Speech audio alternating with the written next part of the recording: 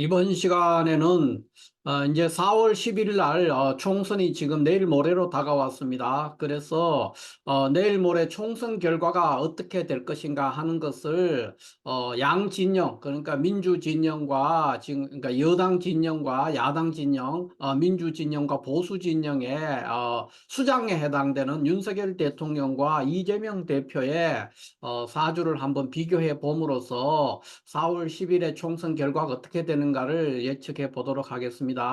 자, 이 윤석열 대통령과 이재명 대표의 갑진년 운세에 대해서는 제가 지난 시간에도 이미 한번 풀어봤습니다. 그래서 오늘은 중점적으로 이 4월 10일에 해당되는 무진월이죠. 무진월. 4월이 무진월인데 무진월 4월 10일은 뭐냐면 갑진일이 되겠습니다. 그래서 일자까지 넣었어. 그러니까 지금까지는 그냥 원룬 정도로 대입해가지고 봤습니다. 또는 이전에 제가 비교할 때는 그냥 갑진년의 운세가 어떻게 되느냐 하는 개념에서 윤석열 대통령과 이재명 대표를 비교하면서 그때도 이제 역시 4월 총선이라든가 갑진년 운세를 중점적으로 살폈는데 오늘은 4월 11일 날 그러니까 월과 일까지도 포함시켜서 일까지 넣어서 두 사람의 사주를 풀어봄으로써 양 진영의 수장의 운명은 결국 총선의 결과와 매우 밀접한 관계를 가질 것이기 때문에 두 분의 사주 윤석열 대통령과 이재명 대표의 사주를 비교 분석해 봄으로써 4월 11일 날 총선 결과가 어떻게 될 것인가 하는 것을 한번 살펴보도록 하겠습니다. 먼저 오늘 이 두 분의 사주를 풀기 전에 역사적인 사건이죠. 역사적인 사건으로 왼쪽에 이렇게 제가 몇 개를 정리해 봤는데 이 제목이 이렇습니다. 민심을 거스르다가 백성들 손에 참수당한 황제나 리더, 뭐 일종의 요즘으로 말하면 심판이죠. 심판을 받았던 지도자가 누구냐 하는 것을 역사적인 사건을 중심으로 한번 잠깐 살펴보도록 하겠습니다. 자, 여기 첫 번째 보면은 여기에서 어, 이 신이라는 나라가 있습니다. 이 신이라는 나라는 기원 후에 그러니까 9년에서 23년까지 존속했던 나라인데 이 신이라는 나라에 대해서 모르는 사람들이 굉장히 많죠. 그런데 요 15년 동안 존속했던 중국의 하나의 그 제국입니다. 제국 중국을 통치했던 한 15년간 존속했던 나라입니다. 그러니까 굉장히 짧은 기간 존속했는데 이 나라를 건설했던 사람의 이름이 신이라는 나라를 건국했던 사람의 이름이 왕망입니다. 그래서 보통은 워낙 짧은 시간 15년밖에 존속하지 않았고 또 그 아래 때까지도 내려가지 못하고 황제가 된 다음에 자기 자체가 그러니까 황제의 신분에서 처형이 된 사람이에요. 그러니까 어, 자기 수명대로 살지를 못했죠. 황제가 돼서 15년간 중국을 통치하긴 했는데 15년 만에 나라를 세워서 15년 만에 자기 당대에 그러니까 자기 아들들한테 재위가 물려주지를 못하고 자기 당대에 목이 잘려서 죽은 그런 케이스가 되겠습니다. 왕망이라는 사람인데 이 왕망이라는 사람은 이제 이 시대가 언제냐 하면은 중국의 한나라, 우리가 보통 한나라를 할 때 한자 이렇게 할 때 한자도 한나라의 글자란 뜻이거든요. 그러니까 이 한나라가 기원전, 그러니까 기원전 200년쯤에서부터 기원 후 그러니까 AD 200년, 요때까지 그러니까 한나라가 실제로 존속했던 한 400년 정도 존속을 했는데 이 400년간을 아무 일 없이 계속 한 나라가 통치했는 건 아니고 처음 그러니까 기원전 200년쯤에서부터 시작해가지고 기원 후 9년까지니까 요때 한 200년 정도 됩니다. 요 200, 초기 200년을 전한이라 그래요. 전한. 그러니까 전한이 끝날 무렵에 이 왕망이라는 사람이 신하였죠. 신하 등장을 해가지고 일종의 간신인데 이 왕망이라는 사람이 등장해가지고 전한을 멸망시키고 한 15년간 자기의 제국 신나라라는 제국을 세웠죠. 세워가지고 15년간 통치하고 그 끝에 자기도 이제 처형을 당했는데 그 후에 다시 후한이라는 나라가 생겼어요. 그래서 한나라라 그러면 보통 우리가 400년 정도 존속한 나라로 알고 있지만 실제로는 전환이 있었고 또 후환이 있었고 전환과 후환 사이에 15년 정도의 혼란기가 있었는데 그 혼란기에 왕망이라는 그 신하가 세우는 신나라라는 국호가 신입니다. 신이라는 나라가 있었다. 그때를 통치하던 사람이 왕망이라는 사람이다. 그러니까 왕망이라는 사람은 한나라의 어떤 대신이죠, 대신. 대신이었는데 결국은 황리를 찬탈한 그런 신하가 되겠습니다. 그래서 이 왕망을 우리가 중국에서는 역적이라고 보통 하면 역적을 네 명의 역적을 대표적인 네 명의 역적을 얘기하는데 망, 탁, 조의 이렇게 합니다. 그러니까 왕망과 그 다음에 동탁, 삼국지에 나오는 동탁, 그 다음에 조조, 사마이 이렇게 네 명의 역적인데 그 중에서 제일 먼저 꼽는 것이 왕망입니다. 그러니까 왕망이 가장 큰 역적이다. 이렇게 중국에서는 그렇게 보고 있다는 겁니다. 그런데 이 왕망은 처음에 그러니까 전한의 말기 시절에 이제 신하 큰 대신이었는데 어떻게 했느냐 이 사람은 겉으로는 굉장히 대인군자, 성인군자의 코스프레를 했습니다. 그래서 황제가 뭐 어떤 선물을 주거나 토지를 하사하거나 돈을 하사하거나 이러면은 그거를 주변에 친척이나 가난한 사람들한테 다 나눠주고 굉장히 그러니까 좋은 일을 많이 하는 사람인 것처럼 그렇게 포장을 했죠. 자기 자신을 늘 대인군자 이런 코스프레도 하고 그 다음에 황제나 누가 아프면은 고위 관리나 황제나 뭐 대신이나 이런 사람들이 아프면은 밤낮을 가리지 않고 지극정성으로 병간호를 한다든가 이런 걸 해서 굉장히 신임을 얻었습니다. 그런데 내부적으로는 어떻게 했냐? 굉장히 잔인하고 음흉하게 정적들을 제거했습니다. 대표적인 것이 이제 순우장이죠. 순우장은 이제 황제의 사촌이었는데 이 사람이 이제 황후의 언니와 간통을 했다는 누명을 씌워가지고 무고를 했죠. 그래가지고 처형을 했습니다. 굉장히 능력도 좋았고 황제의 아주 진정한 충신이었는데 장차 왕망 자신에게 정적이 될 것을 우려해서 죽였고 또 황제의 외가가 나중에 또 자기한테 걸림돌 될 것 같아서 외가에 멸족을 시켰습니다. 그런 식으로 굉장히 잔인하게 내부적으로는 굉장히 잔인하게 했습니다. 그래서 마침내 황리를 찬탈할 수가 있었는데 이 사람은 이제 막 실질적으로는 매우 무능한 사람이었는데 소심하고 무능했는데 황리를 찬탈하자마자 이제 했는 것이 대외, 그러니까 외국이죠, 외국.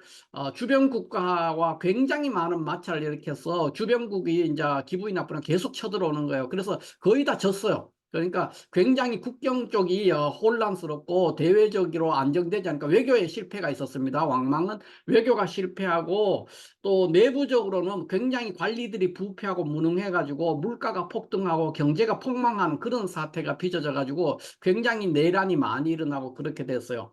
그런데 본인은 뭘 했냐? 이 왕망 본인은 주술, 주술과 미신에 푹 빠져가지고 온갖 이상한 주술 물품을 만들고 그거에 의지해서 통치를 했어요.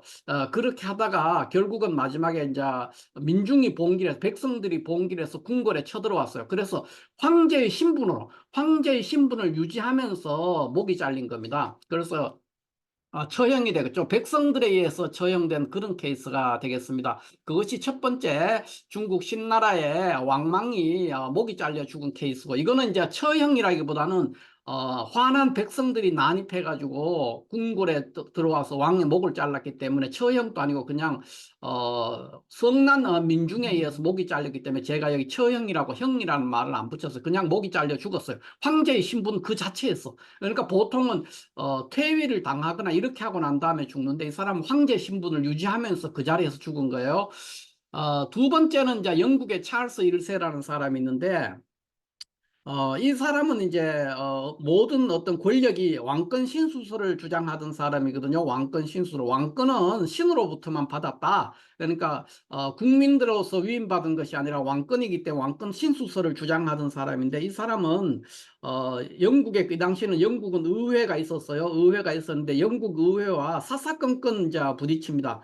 굉장히 그 의회를 무시도 많이 했고 의회와 굉장히 자주 부딪혔고 그 다음에 조세권을 굉장히 남용해가지고 그렇게 하다가 결국은 참수형을 당했습니다. 이 사람은 이 사람은 찰스 1세는 역시 황제의 신분을 유지하면서 이제 목이 잘렸습니다. 그래서 참수형인데 1월 30일, 1649년 1월 30일 오후 2시에 목이 잘려 죽었는데, 보통 이제 목이 잘릴 때 칼로 이렇게 목을 자르는데 이 사람은 도끼로 목이 잘려요. 그러니까 어, 그 영국은 참수형을 시킬 때 그 도끼로 그 목을 치니까 이게 단숨에 잘리질 않는 경우가 있어요. 단숨에 잘리지 않아 가지고 여러 번 찍어가지고 굉장히 잔인한 형벌이었는데, 기록에는 큰 도끼로 목을 잘랐는데 단번에 잘렸다. 그거를 굉장히 굉장히 잘했는 걸로 이렇게 기록이 되어 있습니다. 그래서 단번에 큰 도끼로 단번에 목이 잘려가지고 죽은 케이스가 되겠습니다. 그 다음에 프랑스에 있는 그 루이 16세도 역시 이 사람은 1793년 1월 21일에 단두대에서 목이 잘려 죽었어요. 그러니까 로베스피에르의 그 공포 정치를 했던 로베스피에르의 그 혁명군에 의해서 단두대에서 목이 잘려 죽었는데, 우리가 보통 말하는 자 루이 16세는 그 부인으로 더 유명하죠. 그 마리 앙뚜아네트라는 부인과 결혼을 해서, 이 사람은 이제 왜 그렇게 됐냐 하면은 그러니까 이 사람도 경제가 폭망한 거죠. 결국은 경제가 폭망해서, 경제의 폭망과 그다음에 귀족 계급의 어떤 부패, 이런 것들로 인해서 결국은 이제, 국민들에 의해서, 혁명군에 의해서, 목이 잘려가 죽은 케이스가 되겠습니다. 이 사람은, 루이 16세는 그 마리 앙뚜아네트라는 사람하고 여자와 결혼했는데, 프랑스는 이제 부르봉 왕조에 있었어요. 그 당시 왕조 이름이 부르봉 왕조고, 마리 앙뚜아네트는 오스트리아에 있는, 이 사람도 공주죠. 오스트리아 황녀입니다. 오스트리아 헝가리 제국이죠. 거기에 있는 황녀였는데 일종의 합스부르크가가 되겠습니다. 우리가 보통 말하는 합스부르크가에 있는 황녀였죠. 황녀와 루이 16세 부르봉 왕조의 왕자가 결혼을 했습니다. 그래서 우리가 보통 지금 또 말하는 그 크로아상, 빵 중에 크로아상 있지 않습니까? 그 크로아상은 프랑스의 빵인 줄 알지만은 사실 유래는 오스트리아에서 이 마리 앙뚜아네트가 시집 오면서 자기 친정의 어떤 음식 문화죠. 그거를 전한 거예요. 그러니까 오스트리아와 헝가리가 붙어 있는데, 이 헝가리 제국이 그 오스만 투르크죠. 지금의 그 투르키에, 그러니까 터키죠. 옛날에 그 투르키의 제국입니다. 오스만 투르크 제국에서 굉장히 큰 제국이 있어. 지중해 주변을 둘러싸고 있는 굉장히 큰 제국인 오스만 투르크 제국이 이 오스트리아 헝가리 제국으로 쳐들어왔어요. 쳐들어왔을 때 그 오스만 투르크 제국의 병사들이 성을 함락시키기 위해서 성 밑으로 땅굴을 팠어요. 팠는데 그것이 헝가리의 요리사에 의해서 아침에 발견이 되면서 이 요리사가 신고해가지고 이 오스만 투르크 제국을 물리칠 수 있었거든요. 그 기념으로 터키의 상징인 이 초생달 모양의 크로아상을 만들어서 헝가리 사람들과 오스트리아 사람들이 먹었어요. 그 문화, 거기서 만들어졌다고 하는데 뭐 사실인지는 모르겠습니다. 어쨌든 지금의 크로아상이라는 빵은 이 마리 앙뚜아네트가 시집 오면서 가져온 헝가리 오스트리아 제국의 음식 문화였다. 이렇게 볼 수가 있습니다. 어찌됐든, 프랑스의 루이 16세는 1793년 1월 21일에 단두대에서 처형이 됐습니다. 그 다음에 한 사람, 최근에 있는 사람, 루마니아에 있는 독재자 차우세스쿠라는 사람인데, 이 사람도 이제 민중에 의해서 아주 잔혹한 어떤 독재를 펼쳤는데, 이 차우세스쿠는 총살형으로 죽었습니다. 그런데 실질적으로 부검을 해본 결과는 총살형이 되기 전에, 89년 12월 25일에 그랬는데, 이 총살형이 되기 전에 먼저 심장마비로 이미 죽었다 그래요. 죽고 난 후에 총살형으로 이제 죽은 케이스인데, 이렇게 역사적으로 이 외에도 많이 있지만은 자신의 나라의 백성들에 의해서 죽음을 당한 황제의 신분 또는 지도자의 신분을 유지하면서 그 현직에 있으면서 목이 잘려가지고 죽거나 죽임을 당한 지도자가 대체적으로 이런 사람이 있습니다.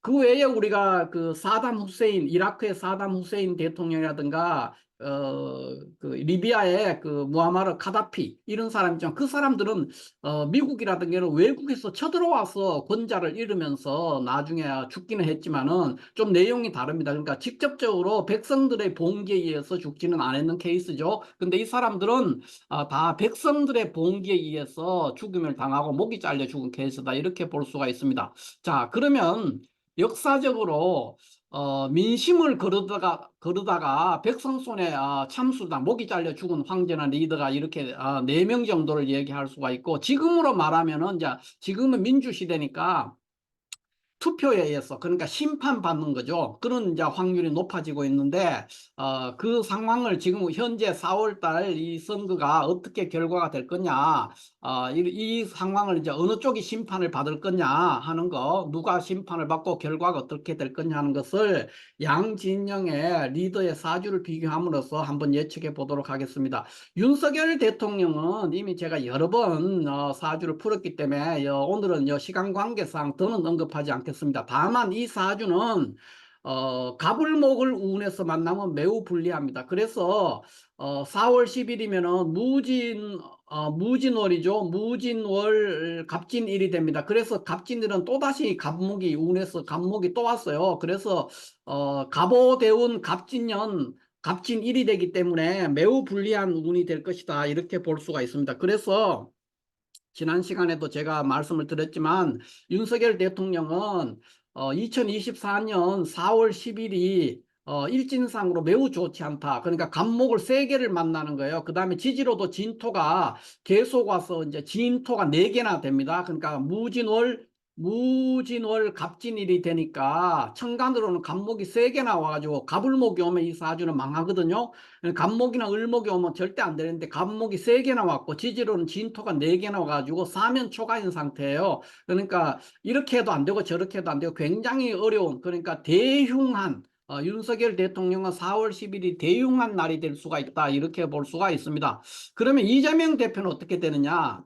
이재명 대표는 여기 보면 좌월을목의 개수가 투관해서 편인격이 됩니다. 이 사주는 우리가 용신이 편인이에요. 편인격 사주가 갑을목을 보니까 우리가 인수 봉급이라고 해서 이거는 이제 파격입니다. 이 사주는 아주 빈천한 사주입니다. 요 자체만 있으면. 그래서 이런 경우는 이제 대운에 와서 이 사주를 구해줘야 돼요. 대운에서 이거를 보정하지 못하면 일사불성으로서 아무것도 못 이룹니다. 아무것도 안 되고 망하는데, 어찌됐든 요 자체의 사주는 아주 빈천하고 형편없는 사주죠. 완전히 망한 사주인데 대운을 볼 것 같으면 그렇지가 않습니다. 요 사주 자체는 인수보험급으로 완전한 파격 사주죠. 그래서 일사불성에 아무것도 이룰 수 없고, 특히 주변 사람들 형제의 덕을 누릴 수 없는 그런 인덕이 없는 사람이 됩니다. 원사주는. 그러나 이 사람이 현재 정사대운 갑진년이란 말이에요. 그런데 이재명 대표는 자월을목에서 동목이라고 합니다. 겨울나무인데 화기를 봐야 돼요. 화기. 화기를 봐야만이 발복할 수 있는데 마침 현재 정사대운에 들어와 있고, 또 화기를 봐야 되기 때문에 여기 이재명 대표 같은 경우는 갑을목 화기가 있을 때 얘기입니다. 화기가 없을 때는 이 갑을목이 사주에 큰 장애물이 될 수 있는데, 화기를 봤을 때는 갑을목을 보면 굉장히 좋은 운이 됩니다. 그래서 이 사람은 정사대운 갑진년이면 갑목이 와가지고 목생화해서 또 불을 피운단 말이에요. 그러니까 매우 대길한 운이 될 수가 있죠. 그러면 이분의 이제 4월 10일에 해당되는 무진월 갑진일이 어떻게 되느냐? 무진월 갑진일 4월 10일이죠. 이 보면은 현재 이 사주는 무토가 반갑지가 않지만 여기 지금 을목과 갑목과 또 연운에서 또 갑이 있어요. 그러면 이 갑들이 나쁜 기운이 무토인데 무토가 오는 것을 절대로 용납하지, 무토가 와서 이 개수를 합하거나 극하면 안 되는데 그걸 완벽하게 제어하고 있어요. 그러니까 갑목이 세 개가, 그러니까 갑목 세 개가 갑진년 갑진년 또 갑진일, 그렇죠? 갑진년 갑진일에 원사주에도 갑을목이 있단 말이에요. 그런데 또 갑진년 갑진월 갑진일이니까 갑목이 또 2개에서 굉장히 많은 갑목이 지금 무진월에 무토가 왔는데 그거를 완벽하게 제거를 하고 있습니다. 그런 상태에서 목생화해서 이 불을 피우고 있기 때문에 이재명 대표는 4월 10일이 아마 일생에서 다시 오지 않는 대길한 날이 될 것이다, 이렇게 볼 수 있습니다. 그래서 둘 다 갑을목이 운에서 왔는데 한 사람은 갑을목을 운에서 보면 아주 대패가 나고요. 한 사람은 갑을목을 운에서 보면 굉장히 좋은 구조가 됩니다. 왜 그러냐? 정사대운이기 때문에 그렇습니다. 정사대운이 아니면은 갑을목을 보면은 만약에 개해나 임술대운 이럴 때 갑을목을 하면 아주 굉장히 힘들죠. 그런데 정사대운의 갑을목은 굉장히 좋은 역할을 하고 있기 때문에 두 사람 다 갑을목이라는 운을 같이 만나고 있지만은 극과 극의 상태입니다. 그래서 정리하자면은 윤석열 대통령은 4월 10일이 일진이 대흉한 날이 될 것이고, 이재명 대표는 4월 10일이 대길한 날이 될 것이다. 그러니까 그날의 일진이 매우 좋다, 이렇게 볼 수가 있겠습니다. 자, 이런 것과 함께 이 두 사람의 또 이 적천수를 가지고 제가 한번 살펴볼 봤는데요.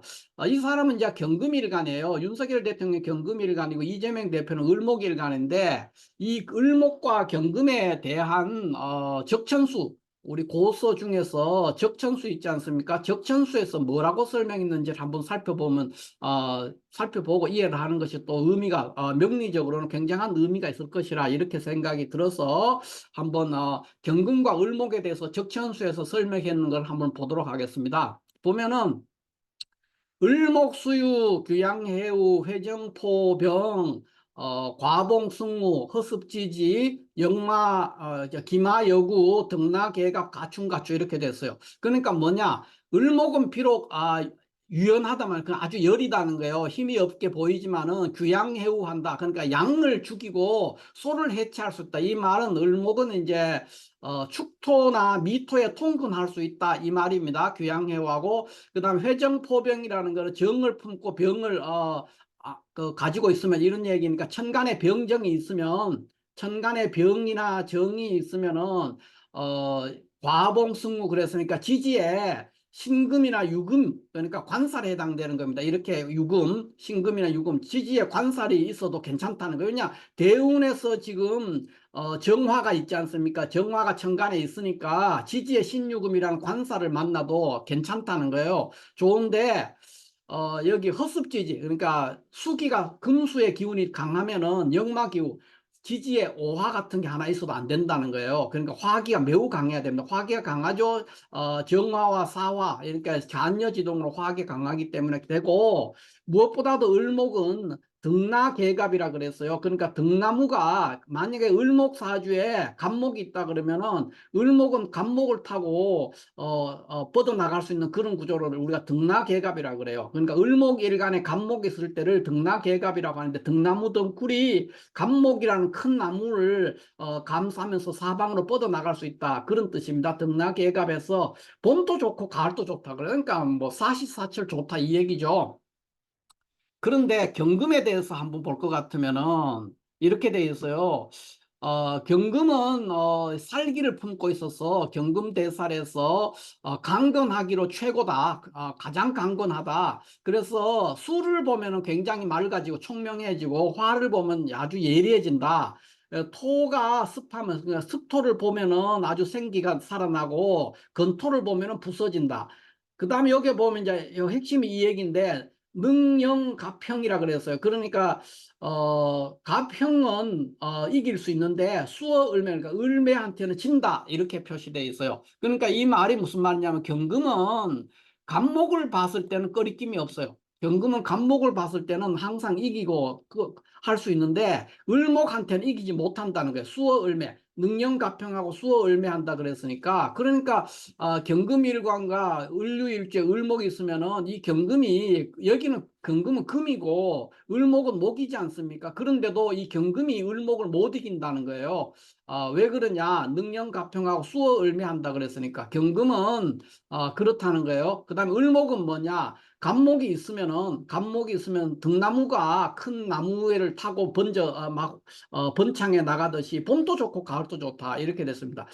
이런 것을 빗대어 봤을 때도 이재명 대표의 운이 4월 10일 날에, 그날의 일진을 봤을 때는 이재명 대표가 윤석열 대통령을 압도할 것이다, 이렇게 볼 수가 있겠습니다.